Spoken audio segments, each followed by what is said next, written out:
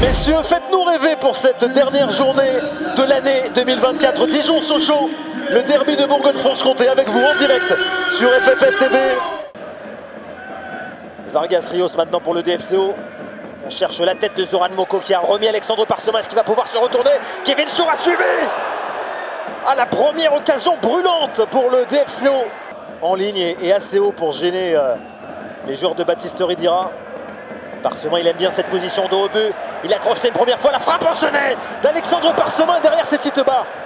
Je vous le rappelle, le FC Sochaux s'était imposé très largement 3-0 et il va être averti, la Jordan Marié, après ce pied levé sur Corentin Jean. Les Sochaliens se sont précipités auprès de l'arbitre. Benchama qui remonte le terrain avec le ballon. Il y a Corentin Jean à ses côtés. Benchama qui a lancé le collier, la frappe, le tacle de Quentin Bernard, c'est pas fini. Corentin Jean, la parade de Paul Delecroix. Quelle occasion pour le FC Sochaux dans ce début de deuxième période. Le jeu se poursuit. La mauvaise passe de Ouamou. Parsemin bousculé à l'épaule, mais pas de coup de sifflet de Romain Perpignan. Ah, s'il va quand même y avoir un avertissement et même un carton rouge pour Arthur Vitelli, pardonnez-moi, le capitaine de ce FC Sochaux-Montbéliard. Assez surprenant qu'il se fasse expulser Arthur Vitelli, mais il était déjà averti. Centre de Diallo, la tête de Swissy. Quelle occasion en cette fin de match pour le DFCO. Les voici, les joueurs des formations de Boulogne et de Villefranche-en-Beaujolais pour cette 15e journée du championnat du national. Et la frappe de numéro 21 boulonnais dans le but. Emelia Sullivan Péan, la main ferme, main extérieure. Touré qui change d'aile pour Teddy Averlan qui rentre dans la surface de réparation. Averlan qui ajuste. Sullivan Péan qui a réussi l'exploit de détourner ce ballon. Abel Rodriguez, encore, on le retrouve. Jean-Vert Cruis. Ce ballon dans la surface d'opération pour Hervé Touré. Hervé Touré, pied gauche, qui ouvre le score, qui délivre tout un stade. Ah, il a fallu un coup du sort. C'est pas payé pour Villefranche-en-Beaujolais, l'ouverture du score de Boulogne.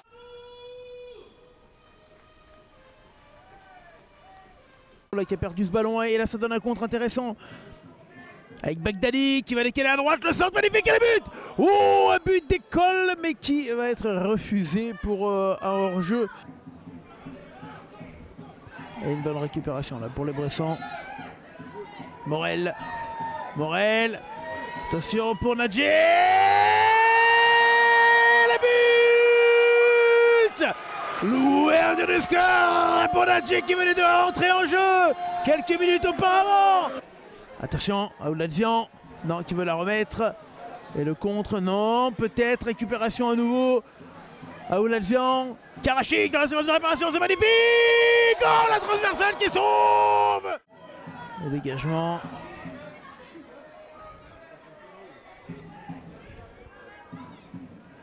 Kodja. Attention ce joueur, Kodja qui se met sur son bon pied, la frappe de Kodja. Ils ont 4 minutes pour pousser les Versaillais.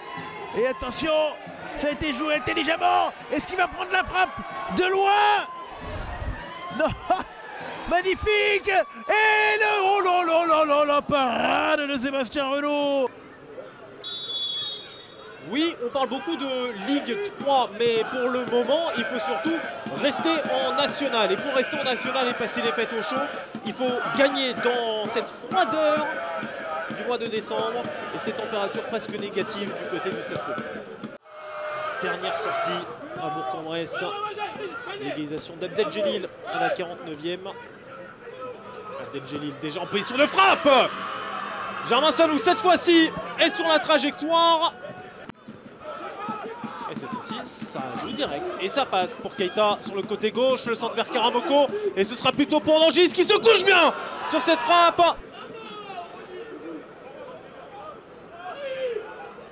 Ah, le ballon dans la surface de réparation, Abdeljelil. Oh, le ballon malheureusement dévié. Mais heureusement pour Abdeljelil, lui qui aurait pu être exclu dès le quart d'heure de jeu. Vient délivrer Rima.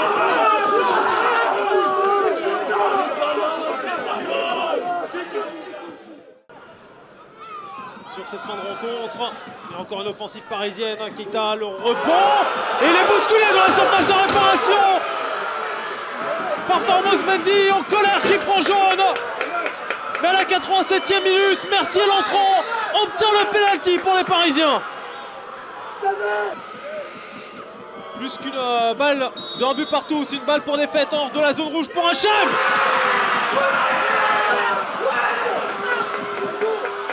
Cri libérateur du banc. Cri libérateur en tribune. Le Paris 13 Atlético n'est plus relégable grâce à ce pénalty d'Hachem. Entrée des joueurs pour ce choc de la 15e journée entre Nancy et Orléans. Alors que Cher Touré a récupéré ce ballon et va pouvoir transmettre à Sidibé. Sidibé avec sa vitesse, Sidibé qui enroule. C'était bien parti. Le gardien impeccable pour le moment depuis le début de la partie. Giraudon. Ouais, passe manquée, peut-être une opportunité pour Dabas. Va-t-il enchaîner avec son pied droit? Adrien Dabas. Adrien Dabas. Et c'est l'ouverture du score sur ce ballon perdu un petit peu bêtement de la part des Orléanais. Adrien Dabas qui vient lever ce ballon avec son pied gauche et qui vient conclure d'une belle frappe croisée du droit. But de seconde mi-temps. Bretel, la passe en une touche, c'est bien joué pour El Koumisti. Pas de hors-jeu, mais la parade de Martin Sourzac. Intervention de Carlier manquée et de l'espace pour Bretel. Le petit ballon pour Do Marcolino. Et l'intervention de Martin Sourzac. Retrouver le goût de la victoire, histoire de se rassurer avant la trêve hivernale. Telle est l'ambition de cette équipe de Châteauroux qui reçoit l'étonnant Aubagne, qui lui se ferait une joie de rester dans le premier tiers du classement à l'approche des fêtes de fin d'année. Attention avec le manque de concentration, là encore une fois, de l'aberration de Châteauroux et cette frappe de Nsimba. Steven Nsimba. Beaucoup d'envie, il est beaucoup dans le duel, dans le contact et... Encore une fois là sur le côté gauche, un manque de concentration là de la défense Castelroussine et c'est l'ouverture du score pour Aubagne ici à Gaston Petit. Ça n'aura pas traîné seulement en 6 minutes de jeu. C'est logique sur le début de match, c'est logique dans le sens où on ne peut pas être mis à mal sur 4 situations. Allez, ce ballon pour Benatab qui a bien vu là Steven Nsimba et c'est le 2-0 là pour Aubagne. Le coup de massue pour l'aberration de Châteauroux. N'est pas en place. Très bon renversement là sur Benatab. Il élimine facilement. Avec attention ce centre et le 3e but pour cette équipe d'Aubagne. C'est incroyable, c'est incroyable. 3-0 ici pour... Benatab, il se régale. Quand on a un joueur comme lui en face, il faut être plus proche du Duterte. Duterte soit plus proche de lui. On retrouve Benatab avec Wilson Samaké et c'est avec Steven Nsimba. C'est pas possible. C'est pas possible d'avoir... Nouvelle fois... Sur beaucoup de questions et beaucoup d'impuissance. Je pense qu'il s'appelle Chris, il a une expérience... Attention là avec peut-être le bon ballon récupéré par Tormin et Versini qui vient ouvrir son pied gauche pour réduire l'écart ici à Gaston Petit. 4-1. Allez, ce coup franc là tiré par les Aubagnais. Attention avec une nouvelle occasion de but pour les Aubagnais. Le 5e but de la soirée pour Châteauroux, décidément la soirée cauchemar, et c'est encore Nsimba si je ne m'abuse. Bien joué. Allez, le voilà Versini qui va provoquer, qui va centrer, super. Qui va frapper avec son pied gauche et qui va réduire une nouvelle fois l'écart au score. 5-2 pour Aubagne désormais. Attention le bon appel là de Thomas Carbonero avec Rouaille.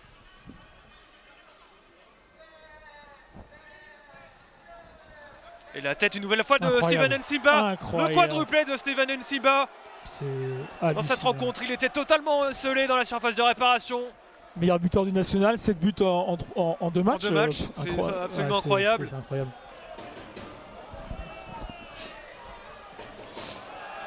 Et une nouvelle fois, une offensive facile là pour les Aubagnais. Et c'est Sili Sangaré qui va s'offrir aussi un petit but dans cette rencontre, dans ce festival. 7 buts à 2 pour l'Aubagne FC face à l'Aberration de Châteauroux. C'est absolument c'est cataclysmique pour Châteauroux. C'est le dernier match de l'année en national, c'est le match de Noël à Marie-Marvin. 17 000 spectateurs et une ambiance de Ligue 1 pour ce match coup près de la 15e journée entre Le Mans et Valenciennes. C'est parti pour Rémi Poissier avec Buades qui avait bien plongé et Nicolas Cossy qui va s'y reprendre à 2 fois. 12e minute de jeu, la tête d'Harold Devoyer. Et c'est pas terminé. Rossignol, le petit ballon en cloche pour Voula, excentré côté droit. Oh, il l'avait reprise comme elle venait. Et l'arrêt de Mathieu Michel déterminant. Ah ouais, la Voula, je pense qu'il peut pas mieux la mettre. Elle rebondit, il la prend super bien au très bon moment. Et là, on a l'arrêt exceptionnel de Michel. Vous voyez, il n'y a pas eu de conséquences. Par contre, bien pour Poix, ça aura pu coûter très très cher. Le centre à la venue de la gauche avec cette tête comme elle vient. Et qui avait coupé dans les 5,50 encore Antoine Rabillard. Encore une occasion pour Le Mans FC. Et oui, elle a été contrée en fait. Sinon, elle partait au but. Capitaine des 19 nationaux du PSG. Oh, attention, ce ballon perdu au Yemoussi. Et la main ferme, attention. Et voilà la sanction d'Aymen Boutoutaou. Et tout est parti d'un ballon récupéré haut par le Valenciennes FC. Et c'est Le Mans qui se fait punir sur cette action. 55e minute de jeu. Les nordistes passent devant au tableau d'affichage. 1-0. Essayer d'aller apporter le danger comme ici avec Bernardo dans cette surface. Il est bon ce centre vers Arnold de Voula. Oh, et qui a encore sauvé la maison valenciennoise? Lucas Woudenberg. Ah là, Voula qui a voulu assurer avec cette offrande de Bernardo qui a voulu contrôler pour l'assurer, mais le bon retour défensif. Et Vincent Burlet, il va y aller tout seul. Le Belge Vincent Burlet qui soulève le stade Marie-Marvin. L'égalisation ne s'est pas fait attendre ici au Mans, et les 100 et or qui reviennent. Un but partout sur un exploit du jeune Vincent Burlet, 19 ans, le Belge, qui a fait parler la poudre dans la surface de réparation. Un but partout. De Théo Eyoum qui prolonge vers Jérémy Makanga. Le centre est bon vers Bernardo. La déviation vers Arnold de Voula. Et en 2 temps, Le Mans FC a emballé cette rencontre. Et en 2 temps, Le Mans FC repasse devant au tableau d'affichage. La petite passe fantastique de Bernardo de la tête pour la tête d'Arnold de Voula. Ouais. Son 2e but de cette saison, 2-1. Les 22 acteurs de cette rencontre pénètrent enfin sur la pelouse du stade Robert Diochon derrière le trio arbitral. QRM Concarneau, dernière journée de 2024, 15e journée de championnat de national 2024-2025. On va revenir en retrait vers Samoura, le petit crochet, il ne passera pas. Et attention parce que ça peut partir en contre pour QRM, il y a une possibilité justement d'aller le jouer, ce contre. Avec un 2 contre 2, on se replie vite. Le ballon qui a été mis sur le côté vers Daliamar, le centre en retrait, elle est bonne. Et ça va permettre à Tchipamba d'ouvrir le score pour les Léopards. Le contre éclair de QRM sur un corner de Concarneau qui se termine à l'autre bout du terrain et au bout d'une chevauchée. Ouais, bien joué, le 1-2. Il y a de l'espace pour Justin Bourgault. Le centre à venir en retrait vers Inja. Il est parfait, l'intervention magnifique de Pierre Patron aussi. Elle est tout aussi parfaite parce que c'était une véritable balle de but pour les Tonniers. De Diallo, Tchipamba. Va-t-il ouvrir à l'opposé? Daliamar, il y a la possibilité, mais il a de l'espace aussi et du temps, va peut-être pouvoir ouvrir. Oh, aller chercher plein axe. Cette frappe et cette passe et cette frappe parfaite. Ils sont cliniques ce soir, les hommes de David Carré. Et c'est le doublé pour Isaac Tchipamba. Mais attention parce que dans un second temps, et bien lu de la part du capitaine des Tonniers, Baptiste Moisan qui va lancer. Sukuna va-t-il pas prendre de vitesse d'aider l'homme? Oui, il va récupérer ce ballon à l'entrée de la surface. Pouvoir y entrer. Penalty pour Concarneau. Pour cette faute de Dédé Lhomme sur Sukuna. Attention, carton jaune, et c'est le 2e, me semble-t-il. Et oui, c'est le 2e pour Yanis Dédé Lhomme, ça sera donc l'exclusion. Déjà auteur de 4 passes décisives, il est le meilleur passeur du club, Stanislas Kielt, et s'il transforme ce penalty, il rejoindra Joseph Seri et Baptiste Moisan comme meilleur buteur du club avec 4. Mais il faut tromper Pierre Patron dans cet exercice-là. Et il y parvient de justesse, Stanislas Kielt. Pierre Patron a touché ce ballon, mais ça n'a pas suffi. Ça fait 2-1. ici à Diochon. Le match est totalement relancé pour les Tonniers. Voici ce corner et les déviations dans un second temps. Oh, ce ballon qui file au pied du poteau de Pierre Patron. A été mené 2-0 et en jouant maintenant en supériorité numérique, la récupération avec Soukouna. Il va armer Soukouna, il va armer. On va en rester là sur la victoire de QRM, sur ce doublé d'Isaac Tchipamba qui aura suffi au bonheur de Léopard réduit à 10 et qui auront donc tenu jusqu'au bout pour décrocher un dernier succès sur l'année 2024.